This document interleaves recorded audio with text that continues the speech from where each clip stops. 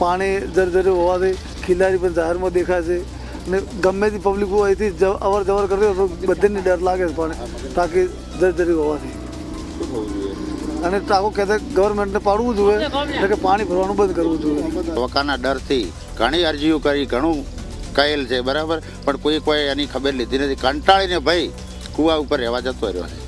બાજુમાં બાળ મંદિર છે, નિશાળ છે, ડેરી છે, ખેતરનો રસ્તો છે, મેન રસ્તો છે થેરવાડા તરફ જવાનો બરાબર. પબ્લિકની ખૂબ અવર જવર બાળકોની હોય છે, પણ કોઈ ઓની ખબર લીધી નથી. કોઈ દિવસ પડશે તો જવાબદાર સરકારની રહેશે. તો અમારી તો એક જ આશા છે કે એને પાડો અથવા નવું બનાવો બરાબર. બાજુમાં પંચાયત આવેલી છે, ડેરી આવેલી છે, સ્કૂલ આવેલી છે અને સાહેબ આ જેવડાથી થેરવાડા જવાનો મેન માર્ગ છે સાહેબ બરાબર. સમસ્યા સાહેબ એવી છે કે આ ટાંકું જર્જરિત થઈ ગયું છે, ખીલાસરી દેખાય છે, પાણી નીકળે છે બરાબર. તો સરકારશ્રીને વિનંતી કે આને પાડો અથવા નવું બનાવો.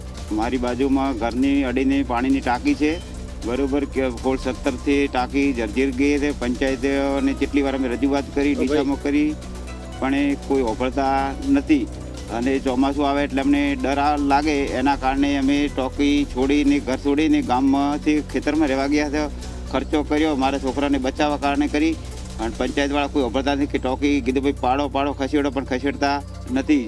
કેટલી વાર હું થાકી ગયો એના કારણે કરીને મારે ખેતરમાં જવું પડ્યું ઘર બચાવવા છોકરા સારું કરી.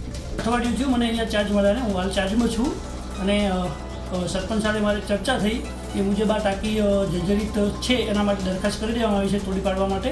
અને વૈકલ્પિક વ્યવસ્થા માટે અમે 2 નાણાપંચની અંદર સંપ બનાવેલ છે. એ સંપમાંથી વિતરણ વ્યવસ્થા માટે નવા કનેક્શન અઠવાડિયામાં પડી જશે અને એની વિતરણ વ્યવસ્થા થશે અને એ પછી આ ટાંકીને ડેમેજ કરી દેવામાં આવશે. અમારી તમામ માહિતીથી અપડેટ રહેવા માટે જોડાયેલા રહો S9 ન્યૂઝ સાથે.